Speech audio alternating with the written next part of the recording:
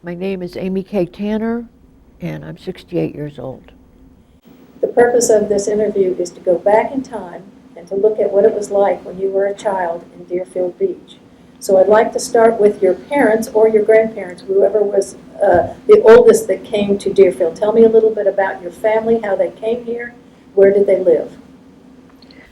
Well, my father and his family came here from Alma, Georgia, which is South Georgia, just a little north of Waycross.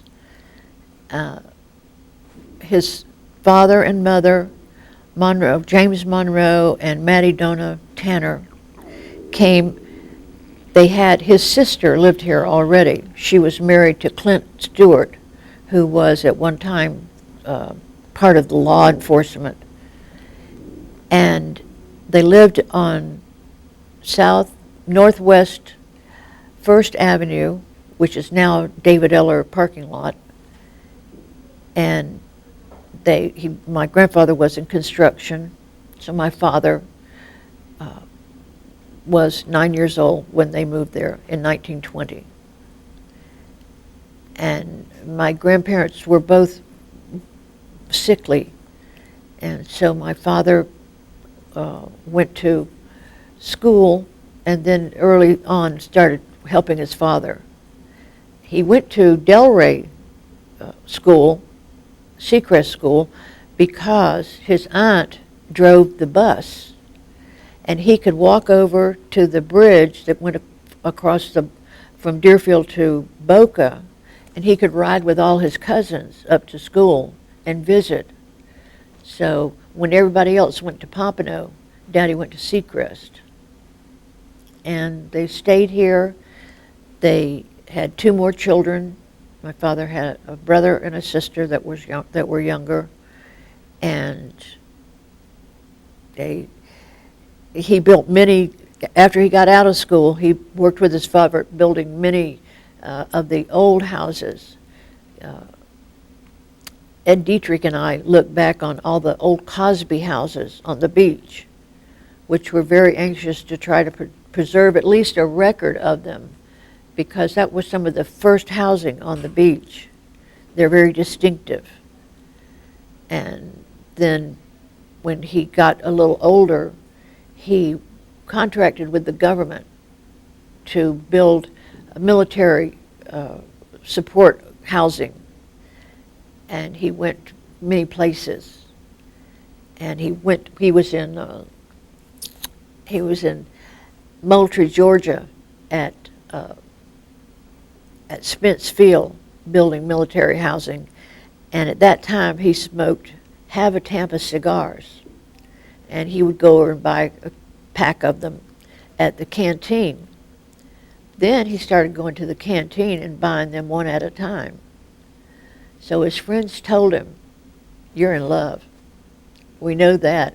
You're buying those things one at a time. You're looking at that young woman that works in there." And yes, indeed, he was. And they had a rather short courtship because he was going to be moved again. He'd finished there and he was going to go to Pensacola to build housing. And they sort of eloped.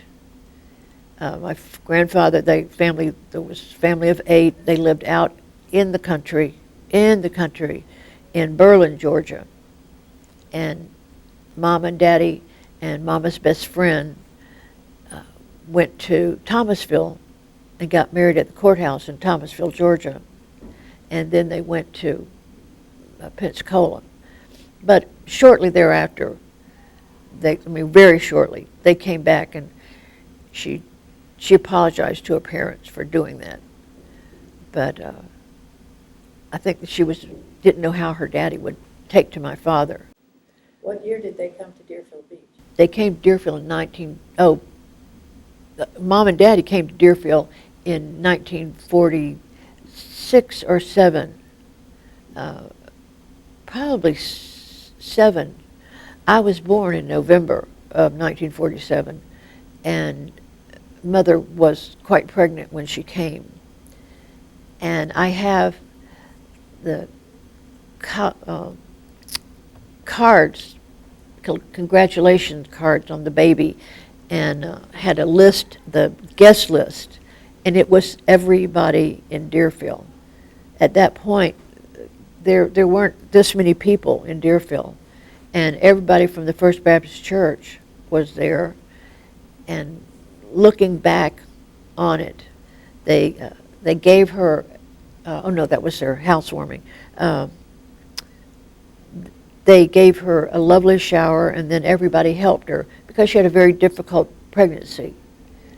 And in fact, J.B. Wiles waited in the waiting room while I was born with my daddy.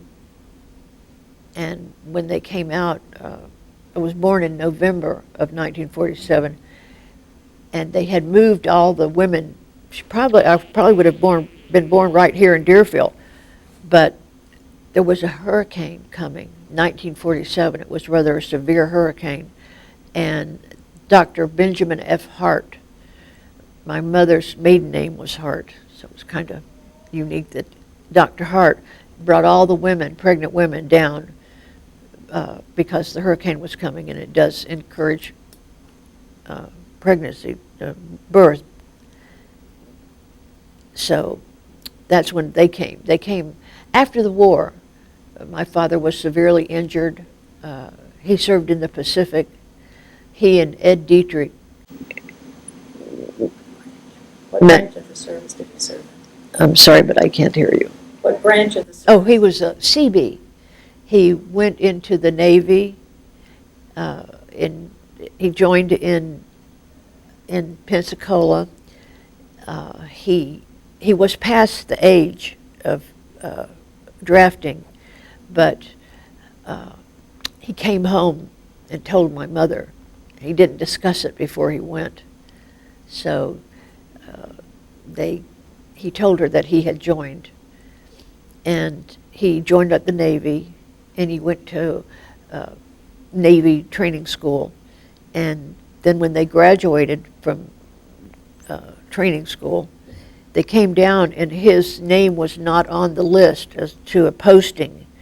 And then they came out and posted 3 other fellows. They were posted to Parris Island.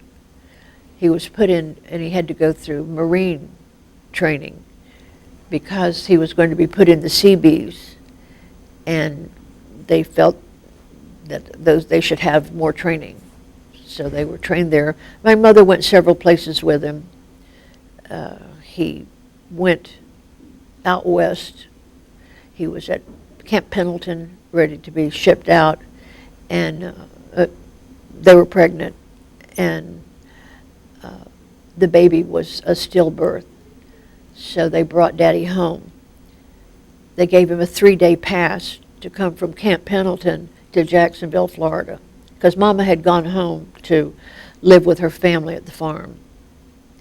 And by the time, well, of course, the baby was gone, but they have pictures, and that was something they did at that time. They would take a picture of a stillbirth, and then on the way home, he got sick, and he couldn't go right back.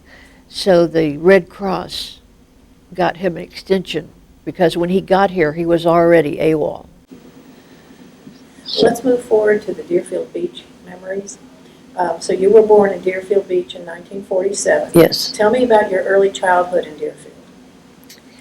Well, it was, as I said, a small town. And say Deerfield was a small. Deerfield was a small, very small town at that time, and I was an only child. But actually, we were all one big family, and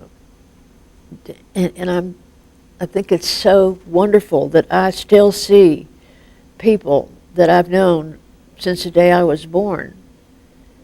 And unfortunately, as time goes on, they've passed. But people I grew up with, Donna Wiles, Sharon Henson, no, Sharon's moved. Donna Wiles, Dickie Jones has moved. Eddie Dietrich, he came a little later. So what was the landscape of Deerfield like? What were the stores like? Where were the stores? This downtown Deerfield was on 2nd Avenue, northeast 2nd Avenue, where today the City Hall, those stores are still there. And I think a very great part of the history of Deerfield, and important that they're retained. That was downtown, and many of the houses. Tell us about the stores that were there. Downtown, there was E.G. Sandlin had electrical repair. A lot of people belonged to the First Baptist Church, and every year at Christmas we look forward to E.G. Sandlin singing "Sweet Little Jesus Boy." E.G. had polio and was very badly suffered with a great deal of pain. And what other kind of stores were there?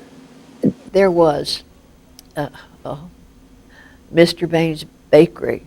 Oh my goodness, that was the best, bar none, donuts in the world. And besides the donuts, he had pecan rolls and jelly-filled. Oh my goodness, everybody loved Mr. Bain's.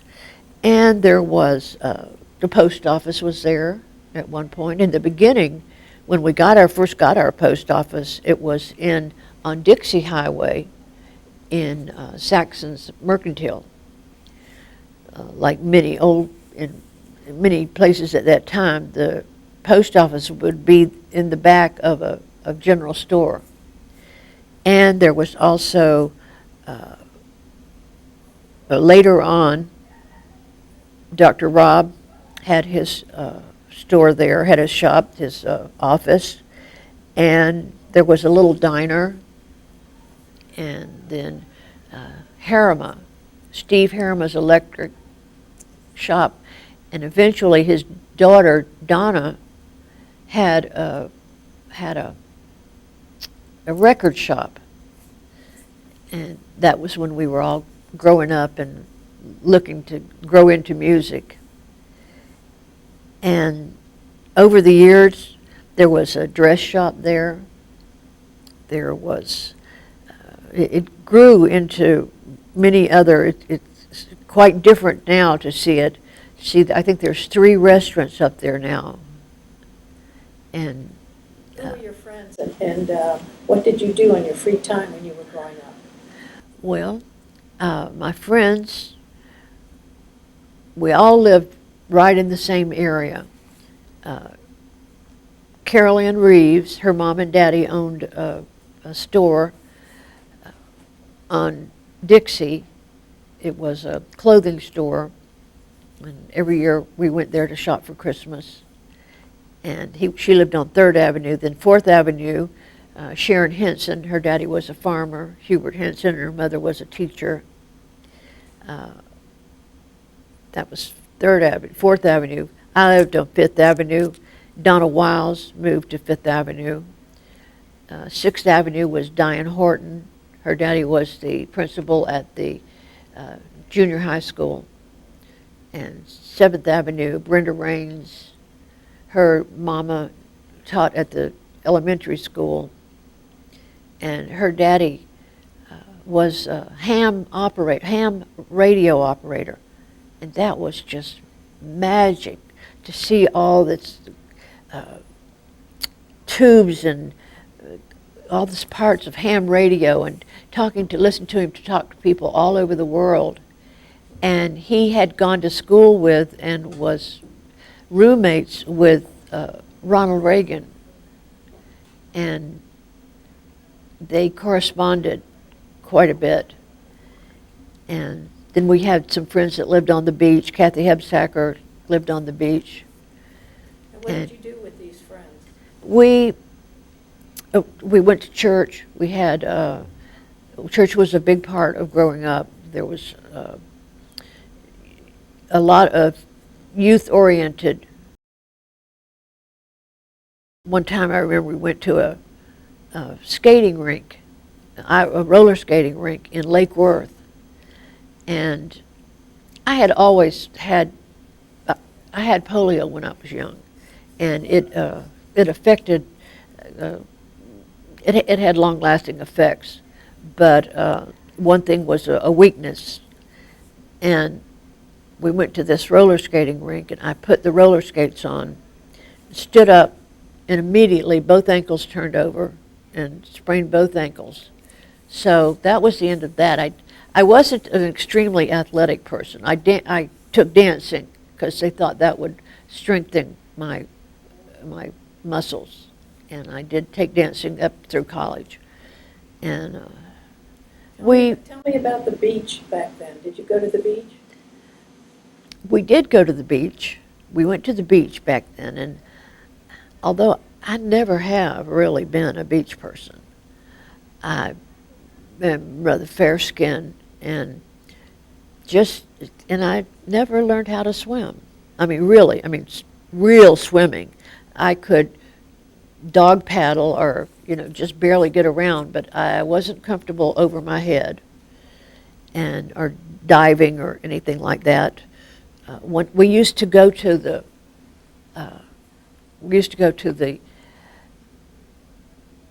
pavilion, which was constructed by the Women's Club. It was one of their early projects.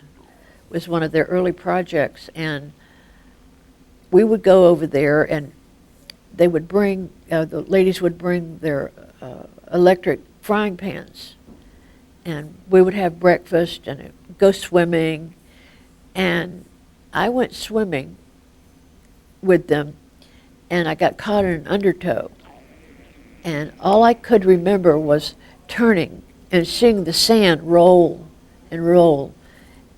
And J.B. Wiles was there, and he jumped in and took me out of the water. But that was always, it didn't make us stop going. It was always a fun time to go and be together. And we did go to the beach. We went to going to the movies meant going to Fort Lauderdale until it was down on Las Olas. Las Olas. And Gateway Theater, oh my gosh, Sunrise. That was wonderful. That's right on Sunrise and US 1. And we had slumber parties. I remember we had a slumber party at, all of the girls I mentioned, we had a slumber party, and it was Ricky Nelson's birthday. So we had Ricky Nelson a birthday party at Judy Hour's house. And activities in school. Going to school, I went to the Deerfield Elementary. In my kindergarten, I went to Mrs. Craig's kindergarten, Valdez Craig. It's very exotic. I thought she was like a movie star. She lived on 6th Avenue in a Kester cottage. She was married to Phil Craig, was quite an older man. And she had a little kindergarten class in Pompano. So another young boy lived in the neighborhood, Gary Matthews. My mom and his mama would take turns taking us down there. So we had, and I went to school with, of course didn't know it then, but went to school with many people that I eventually graduated from high school with, because our elementary school was grade 1 through 6. And every class, every teacher is a wonderful memory. And then we went to Deerfield Junior High, and that was over where the athletic school, the athletic department is now on 6th Avenue, and it was all portables. And if it come up rain, you stayed where you were until the water was absorbed into the ground. It didn't take very long, but while it rained, you stayed where you were. And they had taken one of the buildings from the air base was our cafeteria, and that's where we would have dances. And again, I still see people that we were there.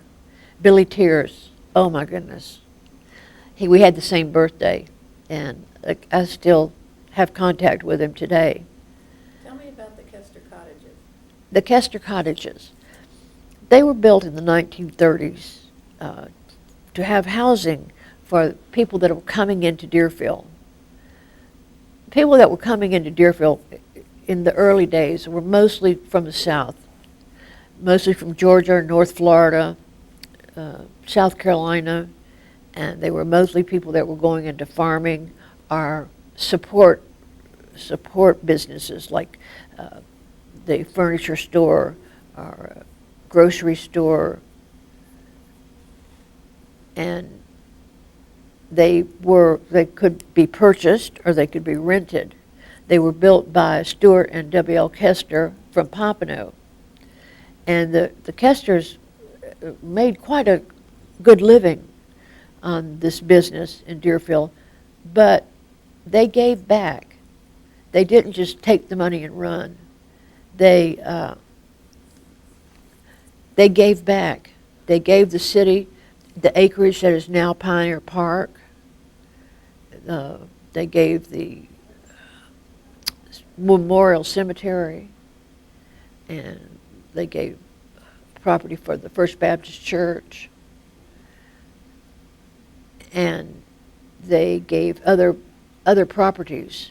The building that is now known as Summertime Consignment, and at one point had Doc Wright's drugstore where we got our first telephone in town, and Jack Van's grocery store.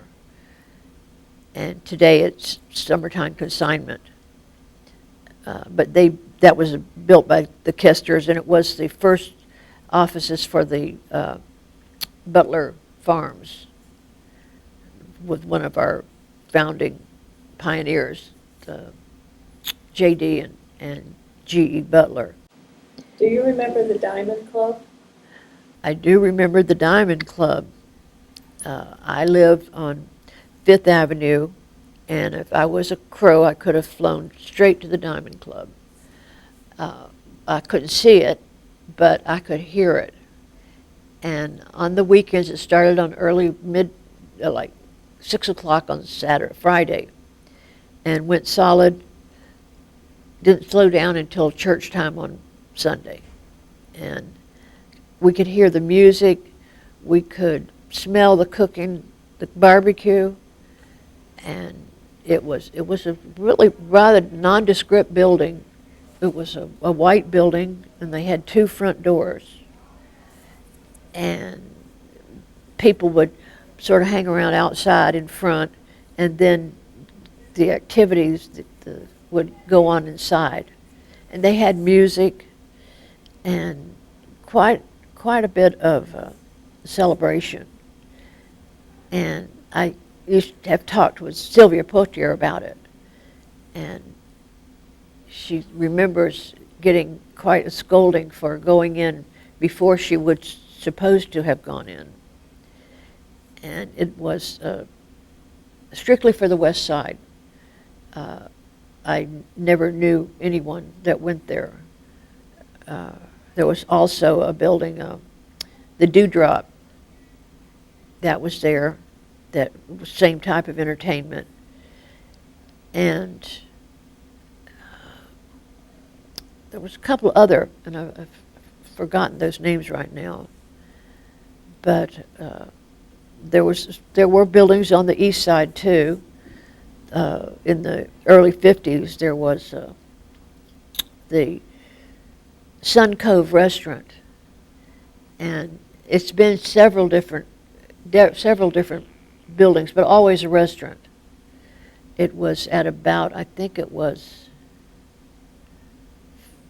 500 500 South Federal Highway.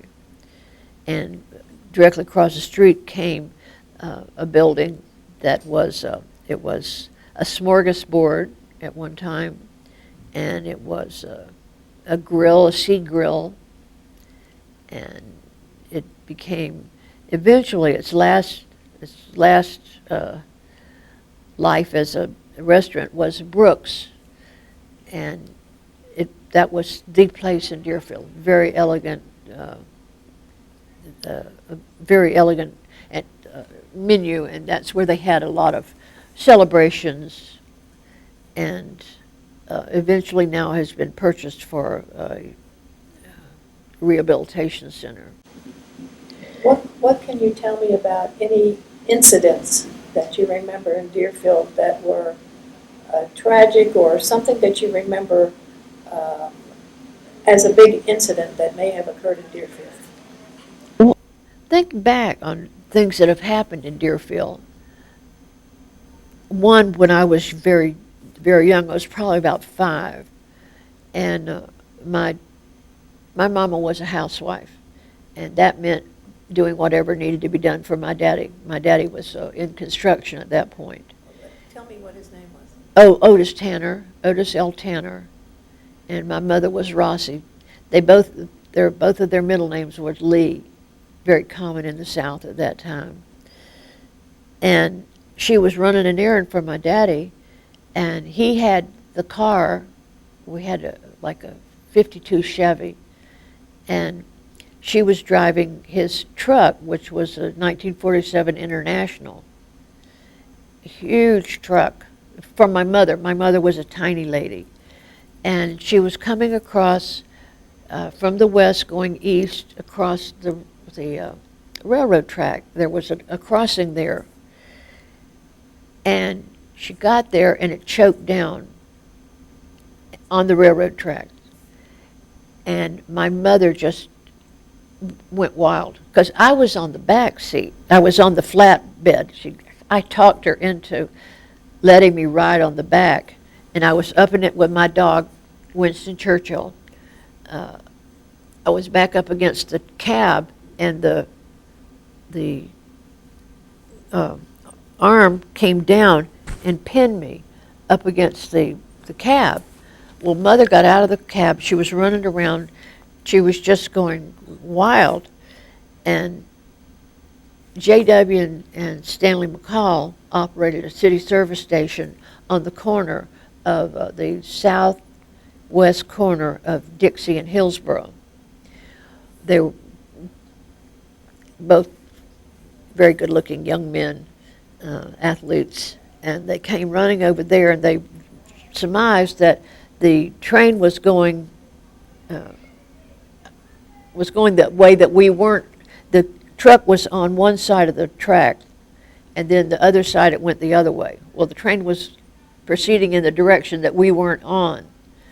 But Mama was in such a state, she was running on the railroad track, and they came over and said, Miss Rossi, you've got to stop. The baby's okay. And they had to, like, restrain her. And that was the last time I got to ride on the truck. Yes. It was the last time my mother drove the truck. Yes. What was the most joyous time? Maybe a Cracker Day or something of that nature? Cracker Day. Cracker Day was the day. Cracker Day and Halloween. Different ends of the year. They had Cracker Day at the end of the growing season, which was usually in April. It's been changed now. The only thing is it's an event. The only similarity between reality and now is that it is an event. And it started in 1947. It was started by the Lions Club.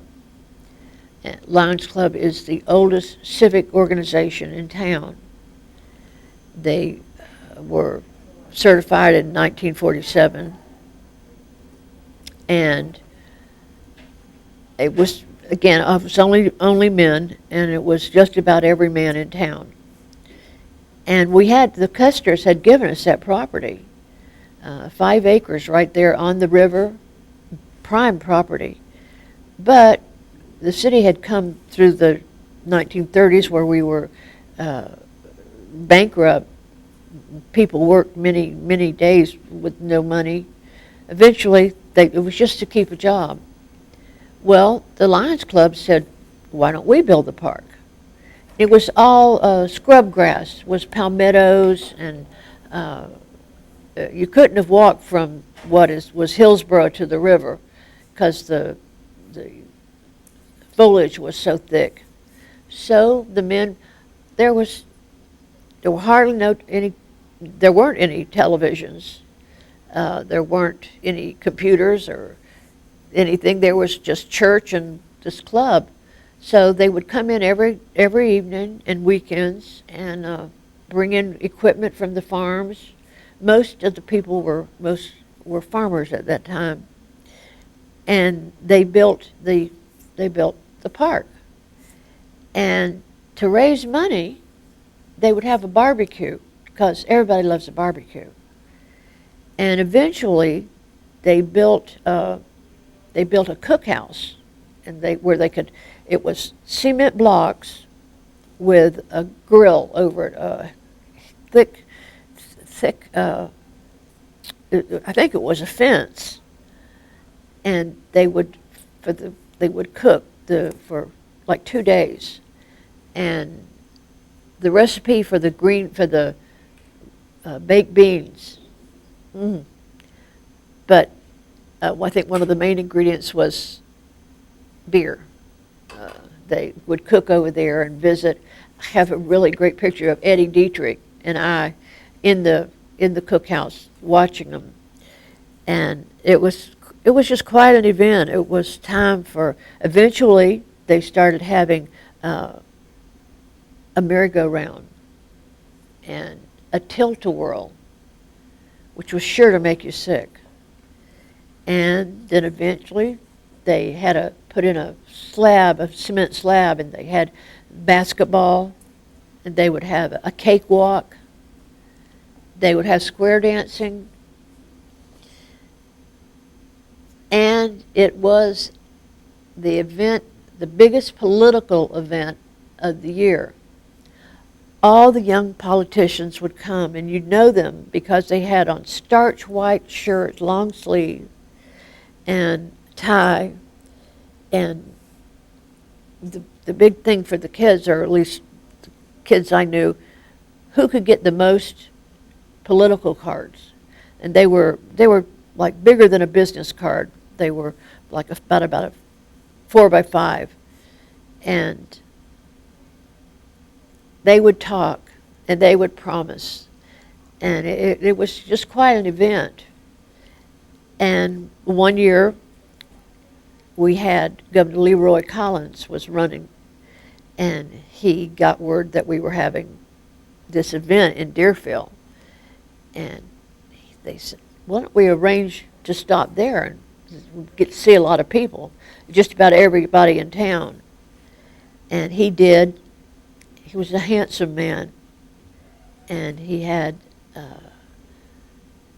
stopped in Delray at the feed store and got overalls and a straw hat, and he came to Deerfield, and I imagine he got just about every vote in Deerfield. We have to take a break in just a minute, so I want you very briefly to explain to me in your understanding of what the word cracker meant in the Cracker Day.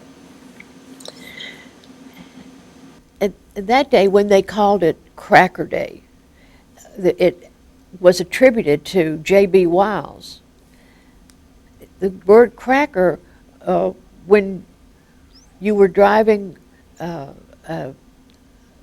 wagon, or you would use a whip, and driving cattle, you would use a whip and it would crack. And that's sort of where that's one story. And then other people said, because you crack corn and that becomes grits, depending on how fine you processed it. And the South was built on grits. So J.B. Wiles, he thinks he was the one that named Cracker Day. Let's stop right there. Take a break.